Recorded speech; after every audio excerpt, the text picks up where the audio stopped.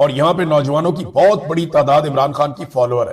سب سے بڑے بڑے اجتماع یہاں پہ ہوتے ہیں, خاص طور پہ جو اپر دیر لوور دیر کے علاقے, پھر آپ ملاکنڈ میں چلے جائیں, سوات میں چلے جائیں, اس پورے ریجن کے اندر جو ہے وہ بہت تگڑی ہے پاکستان تحریک انصاف. تو یہاں بہت بڑا مظاہرہ ہوا, بہت بڑی تعداد میں لوگ اکٹھے تھے. سہیل آفریدی عموماً پشتو میں بات چیت بھی کرتے ہیں اپنے لوگوں سے, لیکن یہاں پہ انہوں نے اردو میں بات چیت اس لیے کی کیونکہ جو D G I S P R نے کیا اور جو وزارت اطلاعات نے کیا اس کا جواب دینا ضروری تھا. اب اس میں جو فائنل چیز ہوئی وہ کیا ہوئی, وہ یہ ہے کہ یہ ساری بدنامی کھاتے پڑ گئی وفاقی حکومت کے اور ملٹری اسٹیبلشمنٹ کے, فوجی قیادت کے, کہ جناب آپ نے آپریشن کے نام پہ لوگوں کو دربدر کر دیا. اب ننگے پاؤں بچے ہیں, رل گئے, برباد ہو گئے ہیں, وہ بےچارے اپنے گھروں سے بے گھر ہو گئے. جب ان کے مناظر آ رہے ہیں, اس سے پہلے نہیں آتے تھے نا, اس سے پہلے پاکستان کا میڈیا, سوشل میڈیا نہیں دکھاتا تھا کیونکہ پاکستانی آپریشن کے ساتھ کھڑے ہوتے تھے. اب پاکستانی آپریشن سے بیزار ہو گئے, انہیں پتا چل گیا یہ آپریشن نہیں ہے, کاروبار ہے, وہ یہ سمجھتے ہیں, لہذا وہ آپریشن کے خلاف ہو گئے. تو وہ مناظر باہر آ رہے ہیں جس سے ان کی بہت بدنامی اور سب کی پوری دنیا میں ہو رہی ہے. اب اس سے بچنے کے لیے انہوں نے یہ بیانیاں دے دیے. تو سہیل آفریدی نے کہا جی ٹھیک ہے, اتوار والے دن میں اپنے لوگوں کے پاس جاؤں گا, ہم آفریدی قبائل کا جرگہ بلائیں گے اور اس جرگے میں ہم لوگوں سے پوچھیں گے کہ تم اپنے گھر خود چھوڑ کر آئے یا تمہیں وہاں سے نکالا گیا, اور اگر وفاقی حکومت نے یہ نوٹیفیکیشن واپس نہ لیا اور یہ الزام تراشی بند کر کے معافی نہ مانگی تو پھر میں اپنے لوگوں کو خود ساتھ لے کر وادی تیرا ان کے گھروں کو واپس جاؤں گا. یہ تو بڑی اچھی بات ہے. حکومت جو ہے وہ یہ کہہ دے کہ جناب ہم تو نقل مکانی نہیں چاہتے, تو پھر سہیل آفریدی اتوار کو جرگہ کرے اور منگل بدھ کو لے سارے کے سارے وادی تیرا کے متاثرین کو, اور سرکاری خرچے پہ ان کے لیے رستے کھلا کے معاملات سیدھے کر کے ان کو ان کے گھروں کے اندر واپس عزت کے ساتھ چھوڑ کر آئے اور ان کے نقصان کا ازالہ بھی کیا جائے. یہ تو پھر بہت اچھی بات ہے وادی تیرا کے لوگوں کے لیے, بیچارے کتنا عرصہ در بدر رہیں گے. ناظرین, ایک ڈیولپمنٹ یہاں پہ برطانیہ میں بھی ہے, میں چاہتا ہوں میں آپ کو بتاؤں. شہزاد اکبر صاحب اور میجر ریٹائر عادل راجہ, ان کے گھروں کے اوپر جو حملے ہوئے, اس میں شہزاد اکبر صاحب زخمی بھی ہوئے. ایک دفعہ ایک شخص ان کے ساتھ آ کے دو بدو لڑ پڑا. شہزاد اکبر صاحب کی ہمت ہے کہ وہ سروائیو کیے اس حملے میں.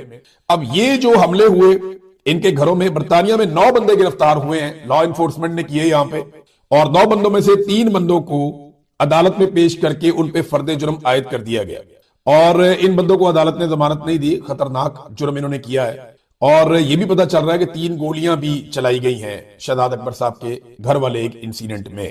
اور یہ جرائم پیشہ افراد ہیں, بہت سارے جرائم میں پہلے بھی یہ ملوث رہے ہیں, کئی مرتبہ گرفتار ہوئے ہیں, اور ٹوٹل 9 افراد گرفتار کیے گئے. ان میں ایک ایسا آدمی ہے جو ہینڈلر کے طور پہ کام کر رہا تھا. یعنی جو 2-3 چیزیں کنفرم ہوئی جو تشویشناک ہیں, ان میں ایک چیز یہ ہے کہ یہ جو کچھ بھی ہو رہا ہے کولیکٹیو ایفرٹ ہے. یعنی یہ پلاننگ کے تحت, منصوبہ بندی کے تحت, یہ ایسا نہیں ہے کہ وہ وقوع الگ ہے تو وہ الگ ہے تو وہ الگ ہے, نہیں, یہ سارے آپس میں جڑے ہوئے ہیں. ایک بات تو یہ ہے, ان کے پیچھے ایک ہی آدمی ہینڈل کر رہا تھا. اب تک کی جو انفارمیشن آئی, مجھے سمجھ آئی, وہ یہی ہے. اب ایک چیز اور ہے کہ اس کے پیچھے کون ہے, جو کھرا ہے وہ جا کے کہاں پہ نکلتا ہے, اور جو مین کردار ہے وہاں تک پولیس پہنچ جائے تو یہ سب سے بڑی کامیابی ہوگی پولیس کی. ابھی کچھ ملزمان کو چارج کیا گیا اور کچھ کو چارج نہیں کیا گیا, لیکن یہ ایک ہی سلسلے کی کڑی ہے ساری. اور برطانیہ کے اندر انہوں نے بہت سنجیدہ لیا, یہاں کی گورنمنٹ نے شاندار کام کیا ہے, انہوں نے تحقیقات جاری ہیں. ہم امید کرتے ہیں کہ جو اصل کلپریٹ ہے, جو یہ ڈوریاں ہلانے والے پیچھے مین لوگ ہیں, جن کا یہ موٹو تھا, کیونکہ دیکھیں نا معاملہ کیا ہے, معاملہ پاکستان کی ملٹری اسٹیبلشمنٹ ہے اور کچھ نہیں ہے. شہزاد اکبر سے کیا مسئلہ, یہی مسئلہ ہے. عادل راجہ کا بھی اختلاف ہے پاکستان کی اسٹیبلشمنٹ سے اس وقت. تو رولا تو یہی ہے, رولا اور کوئی نہیں ہے, رولا سیدھا سیدھا یہی ہے. اب دیکھتے ہیں کہ برطانیہ کی پولیس کہاں پہ کھرا نکالتی ہے. تو میرے خیال میں بکرے کی ماں کب تک خیر بنائے گی, ابھی اس کا کوئی نہ کوئی نتیجہ نکل ہی آئے گا, پتہ چل جائے گا کہ یہ کس نے کروایا اور کیوں کروایا اور اس کے پیچھے مقصد کیا تھا. اب جلد پتہ لگ جائے گا, بندے پکڑے گئے. ناظرین, بورڈ آف پیس والا کام جو ہو گیا نا پاکستان سے, یہ گلے کی ہڈی بن گیا, کیونکہ باقی ممالک نے اس کو جس طریقے سے کیا وہ دکھائی دیا کہ بادل نے خواستہ انہوں نے کی, یعنی مجبوراً کیا, ایسا لگا کہ ٹھیک ہے یہ بھی کر کے دیکھ لیتے ہیں. ذرا اس کو غور سے سمجھیے گا بات. سعودی عرب نے, ترکی نے, باقی ممالک نے یہ جو کام کیا نا بورڈ آف پیس والا, وہ اس طریقے سے کیا جیسے بے دلی کے ساتھ کوئی کرتا ہے. خود محمد بن سلمان بھی نہیں آئے, طیب اردگان بھی نہیں آئے, حالانکہ ٹرمپ نے ذاتی طور پہ کوشش کی کہ یہ لوگ آئے لیکن نہیں آئے. اسرائیل کا وزیر اعظم نیتنیاہو ہے, وہ آ ہی نہیں پائے. اس کی وجہ یہ ہے کہ اس کا وارنٹ گرفتاری ہے وہاں پہ سوئٹزرلینڈ میں, وہ آئے گا تو سوئٹزرلینڈ کی حکومت نے کہا جی ہم گرفتار کر دیں گے, ہم نہیں چھوڑیں. تو ٹرمپ نے کہا جی ان کا صدر بلوا لیتے ہیں, تو نیتنیاہو مانا ہی نہیں, اس نے کہا جی صدر نہیں, میں ہی آؤں گا, جب بھی آؤں گا شرکت میں ہی کروں گا, تاریخی موقع. تو وہ تاریخی موقع پہ نہیں آ سکا, وہ کسی اور جگہ پہ کروا لیں گے بعد میں. لیکن باقی ممالک نے بادل نہ خواستہ یا چلو یار کچھ نہیں ہے یہ کر کے دیکھ لیتے ہیں، یہ بھی کر کے دیکھ لیتے ہیں، اس طرح انہوں نے کیا اور زیادہ سنجیدگی نہیں دکھائی۔ پاکستان نے بڑی گرم جوشی، کہے انجوائمنٹ، چہرے پہ شادمانی، خوشیاں، جشن کے انداز میں پاکستان کی جو پولیٹیکل قیادت ہے اس نے یہ کام کیا، اور ساتھ پاکستان کی ملٹری قیادت نے بھی۔ انہوں نے اس کا ڈھنڈورا پیٹا اور اس کو ایک بہت بڑی کامیابی قرار دے دیا، حالانکہ باقی ملکوں نے ایسا نہیں کیا۔ اب یہ کامیابی ان کے گلے پڑ گئی۔ اب فوج کہتی ہے حکومت نے کیا، حکومت کے لوگ آف دی ریکارڈ ہمیں کہتے ہیں جی ہم نے نہیں کیا، لیکن آن دی ریکارڈ بیچاروں سے کہلوایا جاتا ہے کہ جی کابینہ نے فیصلہ کیا تھا۔ حکومت بھی پھنس گئی، فوج بھی پھنس گئی، اور یہ مزید پھنستے جائیں گے کیونکہ امریکہ کے اندر امریکن ٹی وی چینل اب خبریں بریک کر رہے ہیں۔ کس بنیاد پہ؟ وہ جو لیک ڈاکومنٹس ہیں ان کی بنیاد پہ وہ خبریں لیک کر رہے ہیں، بتا رہے ہیں کہ جناب یہ بورڈ آف پیس ہے کیا ایکچولی۔ اب کچھ اور چیزیں سامنے آئی ہیں، کچھ میں نے آپ کو پہلے بتائی تھی۔ پہلے میں نے آپ کو بتایا تھا نا اس میں اسرائیل کا کوئی حصہ نہیں ہے، فلسطین کا کوئی حصہ نہیں ہے، سارا اسرائیل کا ہی ہے، اور یہ سارا کا سارا منصوبہ جو ہے وہ غزہ سے متعلق نہیں ہے۔ ایک ایسی باڈی بنا دی گئی ہے جو فیوچر میں بس جو دل کرے گا کرتی جائے گی۔ بہت ساری چیزیں میں نے آپ کو بتائی تھی۔ اب امریکی میڈیا یہ رپورٹ کر رہا ہے کہ لیک ہونے والی جو دستاویزات ہیں ان کے مطابق جو چارٹر ہے اس کا بورڈ آف پیس کا 50% غزہ پر اسرائیل کنٹرول کرے گا، یعنی غزہ کے 50% علاقے پر اسرائیلی کنٹرول رہے گا جو اس وقت بھی موجود ہے، اور وہاں تیزی سے فوجی تنصیبات بنائی جا رہی ہیں۔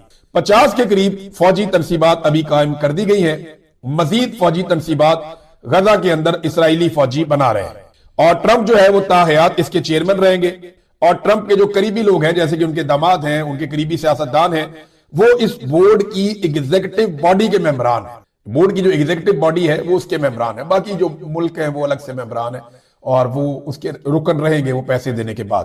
اب آزاد فلسطین کا لفظ اس کے اندر کہیں بھی شامل نہیں ہے، یعنی فلسطینیوں کی آزادی یا فلسطینیوں کی کوئی ریاست یا فلسطینیوں کا کوئی مستقبل، اس کے بارے میں اس پورے بورڈ آف پیس کے اندر یا اس کے چارٹر کے اندر کسی قسم کا کوئی لفظ نہیں ہے۔ ویسے بھی اسرائیل نے ہونے بھی نہیں دینا تھا۔ ڈونلڈ ٹرمپ دیکھیں اسرائیل کا مفاد سوچ رہے ہیں، وہ اپنے دوست کا مفاد سوچ رہے ہیں۔ ڈونلڈ ٹرمپ اور اسرائیل کے تعلقات جو ہیں وہ آپ یہ سمجھ لیں ایک سیسا پلائی ہوئی دیوار کی طرح ہے۔ ڈونلڈ ٹرمپ کبھی اسرائیل کو تنہا نہیں چھوڑے گا، یا ڈونلڈ ٹرمپ کبھی بھی اسرائیل کو نقصان نہیں ہونے دے گا۔ اس نے دوستی کا حق ادا کیا ہے، اور ہم نے جو ہے وہ خوشامد کا حق ادا کیا ہے، اور جناب جوتے پالش وہی جو ہمیشہ سے کرتے چلے آئے۔ ناظرین یہ پاکستان کے نا گلے کی ہڈی بنے گا، کیونکہ امریکہ سے بہت ساری چیزیں نکلیں گی اور دنیا کی ہر جگہ سے نکلیں گی، اور پاکستانی جواب دیتے رہیں گے اور ان کے پاس جواب ہوگا نہیں۔ اب میں ناظرین ایک سٹیٹمنٹ آپ کے سامنے رکھتا ہوں۔ یہ سٹیٹمنٹ جو ہے یہ عمار علی جان صاحب کا بہت امپورٹنٹ ہے، اور میرے خیال میں جو ایمان مزاری کا کیس ہے اس کیس کے حوالے سے بہت سارے لوگوں نے بہت سارے بیانات دیے، لیکن یہ کمپریہنسو اس کے اندر انہوں نے ایک اینگل اٹھایا۔ عمار علی جان صاحب نے بات بالکل ٹھیک کر رہے ہیں، یعنی جس دور میں پاکستانیوں کی اکثریت کو بخار چڑھا ہوا تھا نا، اور یہ لگتا تھا ہم سب کو کہ جناب اسٹیبلشمنٹ جو کرتی ہے شاید ملک کے مفاد میں کرتی ہے، حالانکہ اختلافات مارشاء اللہ کے اوپر باقی چیزوں کے اوپر ان سے لوگوں کو رہتے تھے۔ عمار علی جان تب بھی کہتا تھا کہ نہیں ایسے نہیں ہے، آپ کو پتا چلے گا، اور واقعی بات ٹھیک ہے۔ عمار علی جان کہتے ہیں کہ جی وہ قوتیں جو آئین کو پامال کرتی ہیں، سیاسی لیڈران کو غدار کہہ کر پابند سلاسل جبکہ غداروں کو تخت پر بٹھاتی ہیں، جو عام شہریوں کو اغوا کرتی ہیں اور اپنے ہی عوام پر اغیار کے کہنے پر آپریشن کرتی ہیں، ان قوتوں کے حصے میں ہاؤسنگ سوسائٹیاں اور منافع بخش کاروبار آتے ہیں جن کی کل مالیت آج $70 ارب سے زیادہ ہے، اور ایمان مزاری اور ہادی علی چٹھا جیسے لوگ جو ان پالیسیوں کے خلاف آواز اٹھاتے ہیں، آئین کی پاسداری کا مطالبہ کرتے ہیں، شہریوں کے بنیادی حقوق کا دفاع کرتے ہیں، ان کے حصے میں قید و بند کی صعوبتیں آتی ہیں۔ ایک ملک دو دستور، نامنظور۔ معاملہ یہ ہے کہ عمار علی جان صاحب کو یا جتنے بھی ایکٹیوسٹ ہیں جو ریئلی چاہتے ہیں پاکستان میں سویلین سپرمیسی آئے، بہت سارے تو رنگ باز ہیں نا جو روزانہ کوئی نہ کوئی بے نقاب ہو جاتا ہے۔ وہ نواز شریف کے اوپر مشکل وقت آتا ہے تو بہت سارے ہمارے صحافی اور دانشور جو ہے وہ انقلابی بن جاتے ہیں۔ نواز شریف مشکل سے نکلتا ہے ساتھ ہی وہ پالش پکڑ لیتے ہیں۔ پیپلز پارٹی میں مشکل وقت آتا ہے تو بہت سارے انقلابی جو ہیں وہ دانشور وہ انقلابی بن جاتے ہیں، اور جیسے ہی زرداری صاحب اقتدار میں آتے ہیں وہ جوتا پالش پکڑ لیتے ہیں۔ لیکن کچھ لوگ ایسے ہیں جو ہر دور کے اندر سویلین سپرمیسی کے لیے آواز اٹھاتے رہتے ہیں۔ ان سب لوگوں کو عمران خان کا شکریہ ادا کرنا چاہیے، سیریسلی عمران خان کا شکریہ اس لیے ادا کرنا چاہیے کہ وہ واحد آدمی ہے جس نے یہ قوم کو یہ سبق اس طریقے سے پڑھایا کہ آج تک کوئی نہیں پڑھا سکا۔ آج آپ پاکستان میں کوئی الیکشن، کوئی سروے کروا لیں، پاکستان کی اسٹیبلشمنٹ کی اوقات 5% بھی نہیں رہ گئی۔ یہ عمران خان نے کر کے دکھایا۔ آسما جہانگیر کتنی کوشش کی، نہیں کر پائی۔ اپنے ہم خیال لوگ تو انہوں نے پیدا کیے، نہیں کر پائی۔ لیکن سلام ہے ان کی کوشش کو. بہت سارے لوگوں نے کوشش کی, بے نظیر نے کوشش کی, نہیں کر پائے, ایک حد سے آگے نہیں جا پائے. لیکن عمران خان نے کوشش کی اور پوری قوم کو ٹریگر کر دیا اور لا کے مسئلہ سمجھا دیا سادہ الفاظ میں کہ یہ ہے پاکستان کا اصل مسئلہ.